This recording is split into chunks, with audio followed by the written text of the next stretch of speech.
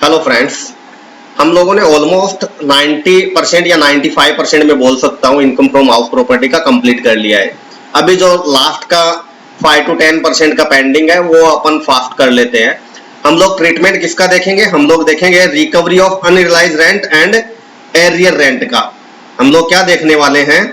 Recovery of unrealised rent and arrear of rent. अभी देखो, unrealised rent किसको बोलते हैं? जो प्रीवियस ईयर में हम लोगों को, जैसे पिछले 1-2 साल पहले हम लोगों ने रेंट पे दिया था और उसका रेंट हमें नहीं मिला था टेनेंट से, वो हमारे प्रीवियस ईयर में हमें रेंट मिल रहा है, उसको हम लोग बोलेंगे रिकवरी ऑफ अनरियलाइज्ड रेंट। और एरियर ऑफ रेंट किसको बोलेंगे? सपोज 2-3 साल पहले हम लोगों ने रेंट पे दिया था किसी हाउस प्रॉपर्टी को, उससे हमें 10,000 का रेंट मिल रहा था, लेकिन जो लास्ट ईयर है उसमें हम लोगों ने डिसाइड किया कि उस प्रॉपर्टी का रेंट 15,000 से होना चाहिए था। तो जो 10,000 और 15,000 के बीच का अमाउंट 5,000 हमें पिछले 2 सालों का मिलेगा, जो डिफरेंस अमाउंट हमें मिलेगा उसको हम लोग बोलेंगे एरियर रेंट। तो हम लोग देख लेते हैं कि इनका कैसे टैक्स ट्रीटमेंट किया जाता है। देखो, सबसे पहले तो इनमें से कोई भी डिडक्शन नहीं दिया जाता है, ओनली डिडक्शन दिया जाता है स्टैंडर्ड डिडक्शन का। 24A का डिडक्शन दिया जाता है, इसमें इंटरेस्ट का डिडक्शन नहीं दिया जाता है। देखो, इसमें क्लियरली लिखा हुआ है कि no other deduction shall be allowed from the such income except standard deduction 30% of such receipt. Even legal expenditure shall not be allowed as deduction. Means legal expense भी अलाउड नहीं होगा। मीन्स अब हम लोगों ने जो अनरियलाइज्ड रेंट था उसको रियलाइज करने के लिए, उसको रिकवरी करने के लिए कोई भी लीगल एक्सपेंस किया होगा उसका भी हमें डिडक्शन नहीं मिलेगा। और ये इनकम है वो कौन से बेसिस पे टैक्सेबल होने वाली है? रिसीट बेसिस पे। क्योंकि देखो, जब ड्यू तो हमारा पहले ही हो गया था, लेकिन वो मिला नहीं, इसके कारण ही हम लोगों ने उसको टैक्सेबल नहीं किया। तो अब टैक्सेबल कब करेंगे? जब हमारे हाथ में वो इनकम आ जाएगी, तब हम लोग बोलेंगे ये हमारे हाउस प्रॉपर्टी इनकम में टैक्सेबल होगी। ठीक है। और एक चीज और ध्यान रखना, सपोज मेरे पास पहले हाउस प्रॉपर्टी था और मेरा अनरियलाइज्ड रेंट रह गया था, 2 साल में से 2 महीने का कोई पेमेंट नहीं दिया था। सपोज करो 2018-19 में मैंने रेंट पे दिया था, उसका 2 महीने का किराया मेरे को नहीं मिला था। अब मैंने लास्ट ईयर ही उस प्रॉपर्टी को बेच दिया, लेकिन लास्ट ईयर में ही मेरे को वो 2 महीने का टेनेंट को भाई लगा कि नहीं देना चाहिए पैसा उसका मालिक का, तो उसने मेरे को दे दिया। अनरियलाइज्ड रेंट मेरे को रिकवरी हुआ पिछले साल में, और पिछले साल में मैंने उस हाउस प्रॉपर्टी को बेच दिया। तो क्या वो इनकम फ्रॉम हाउस प्रॉपर्टी में टैक्सेबल होगी क्या? ये क्वेश्चन अराइज होता है। लेकिन मैं बोलूंगा, भले ही प्रॉपर्टी के आज ओनर नहीं है, लेकिन जिस दिन हम लोगों ने रेंट पे दिया था उस दिन हम लोग प्रॉपर्टी का के ओनर थे, इसके लिए ये इनकम हमारी इनकम फ्रॉम हाउस प्रॉपर्टी में ही टैक्सेबल होने वाली है। तो हम लोग इसको इलेक्ट्रेशन 22 को ये रूल रेगुलेशन अप्लाई करके देख लेते हैं। Mister lucky early on a house property let out since 1st April 2015 to a school for monthly rent of 10,000। Lucky है, उसने 1 अप्रैल 2015 से किसी स्कूल को किराए पे दिया हुआ है। मीन्स कोई स्कूल है, उसने अपनी हाउस प्रॉपर्टी को हायर किया है। ठीक है, 10,000 पर मंथ के हिसाब से। There was no change in rent till 31st March 2019। 31st March 2019 तक केवल 10,000 ही रेंट था, लेकिन on 1st April 2019 as per court decision rent was increase equivalent to 12,000 per month with retrospective effect from 1st April 2017। अभी ये कौन सा case है? ये अनरियलाइज्ड रेंट वाला या कौन सा केस है? ये है हमारा एरियर रेंट वाला। मीन्स इसने 1 अप्रैल 2015 को रेंट पे दिया था, अली ने कोई स्कूल को किराए पे दिया था। 31st मार्च 2019 तक 10,000 वो रेंट की रिकवरी कर रहा था उस स्कूल से, लेकिन कोर्ट में उसने केस करके रखा था भैया 10,000 के बजाय मेरे को 12,000 मिलना चाहिए, और कोर्ट का डिसीजन आ गया कि नहीं, 10,000 के बजाय इसको 12,000 ही किराया मिलना चाहिए, ना कि 10,000। 1 अप्रैल 2019 को कोर्ट का डिसीजन आया कि आपको 12,000 रुपये मिलना चाहिए। और कौन सी डेट से मिलना चाहिए? 1 अप्रैल 2017 से। देखो, 1 अप्रैल 2017 से। तो हमें कितना मिला था 1 अप्रैल 2017 से 31 मार्च 2019 तक? 10,000, जबकि मिलना कितना चाहिए था 12,000, क्योंकि कोर्ट का डिसीजन है। तो जो 2,000 हमें नहीं मिला था वो अभी मिलेगा, तो उसको क्या क्या बोलेंगे हम लोग, एरियर रेंट।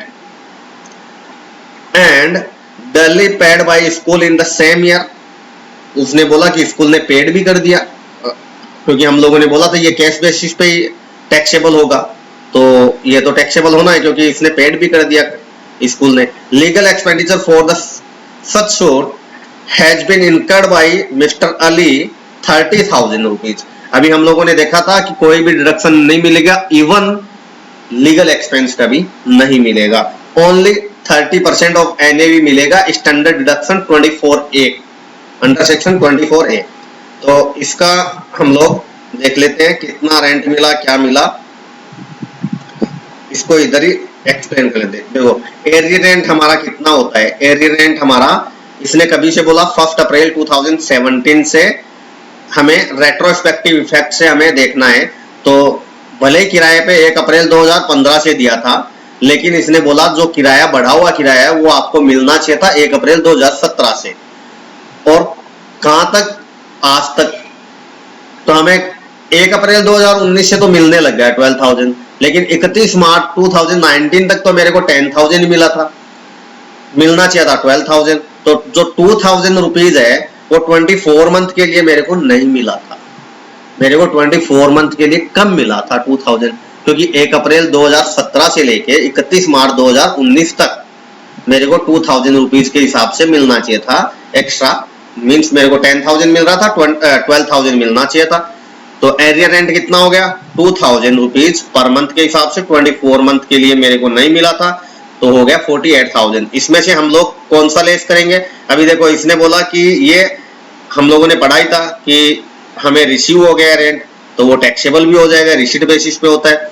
अब 48,000 में से क्या क्या डिडक्शन मिलेगा, only 30% of NAV, means 30% of rent received, arrear rent received या अनरिलाइज रेंट रिसीव्ड जो भी होता है उसका 30%। तो 48,000 का 30% हमें मिल जाएगा standard deduction under section 24A, ठीक है। तो ये देखो यहाँ पे 14,400 आ गया 30%, और हमारा टैक्सेबल इनकम कितना हो गया 33,600।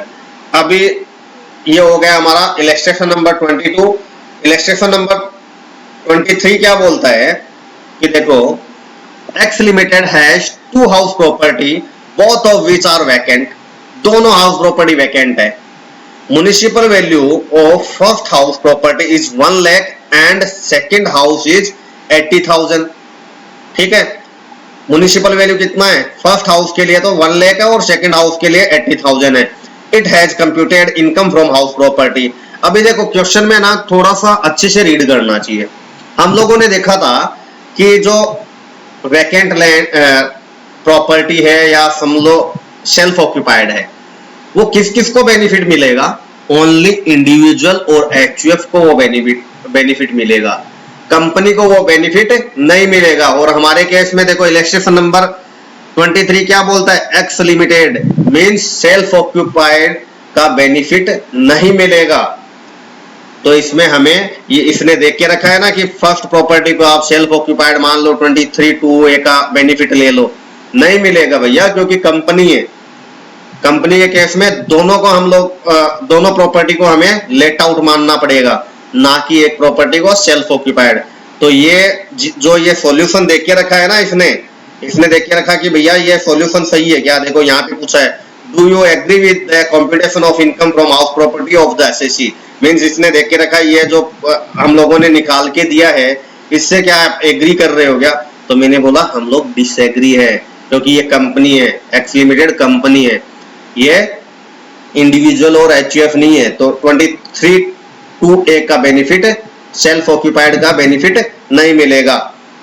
तो देखो इसमें क्या है, in the above computation x limited has the claim benefit of self occupation whereas the such benefit can be claimed only by a individual or HUF. A company form of association cannot claim such benefit, hence income from the house property will be as under. Means इसने दिया कि जैसे हम लोग बता रहे हैं वैसे कैलकुलेट दोनों को लेट आउट मानना पड़ेगा। तो हम लोगों ने लेट आउट का काफी प्रॉब्लम सोल्व किया है तो आपको समझ में आएगा। मैं केवल इसको ऐसे ही बता देता हूँ, अपन सोल्व करके नहीं देखते हैं, केवल इसमें ही मैं एक्सप्लेन कर देता हूँ।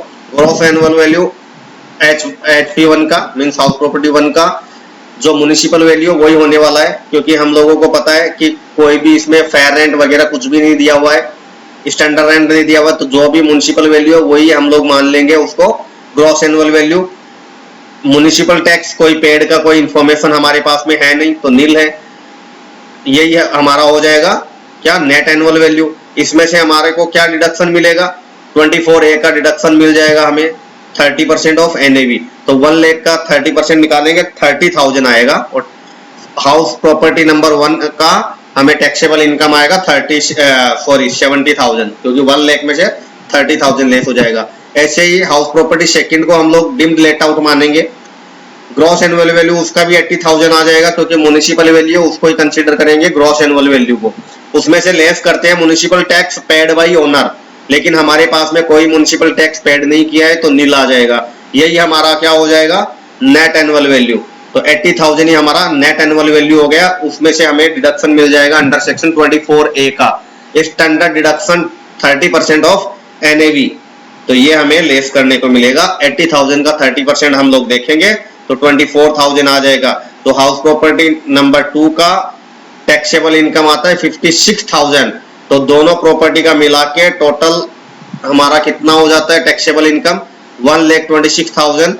ऐसे करके हमारा इनकम फ्रॉम हाउस प्रॉपर्टी का चैप्टर क्लोज होता है। हमारे जितने भी इलस्ट्रेशन थे हम लोगों ने सोल्व करके देखा, और जो एक दो इलस्ट्रेशन हम लोगों ने सोल्व नहीं किया उसको हम लोगों ने इसके बुक के ऊपर ही मैंने एक्सप्लेन किया आप लोगों को, क्योंकि ये बहुत ही इजी थे जिसमें आपको कहीं भी कोई प्रॉब्लम नहीं आने वाला है। So thank you very much इतना टाइम देने के लिए, और आप अच्छे से तैयारी करो। मैं आपको एश्योर करता हूँ आपका पूरा डायरेक्ट टैक्स मैं फ्री ऑफ कॉस्ट आपको पढ़ाने वाला हूँ। मेरे यूट्यूब चैनल पे आपको सारे चैप्टर मिलेंगे, हर एक इलस्ट्रेशन मिलेंगे।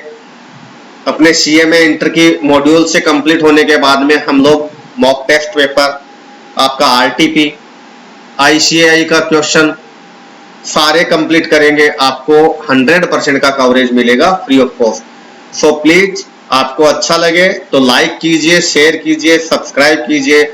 अपने जो भी नीडी फ्रेंड लोग हैं उनको आप जरूर शेयर कीजिए और उनको बोलिए सब्सक्राइब भी करें, और आप भी कीजिए। Thank you very much.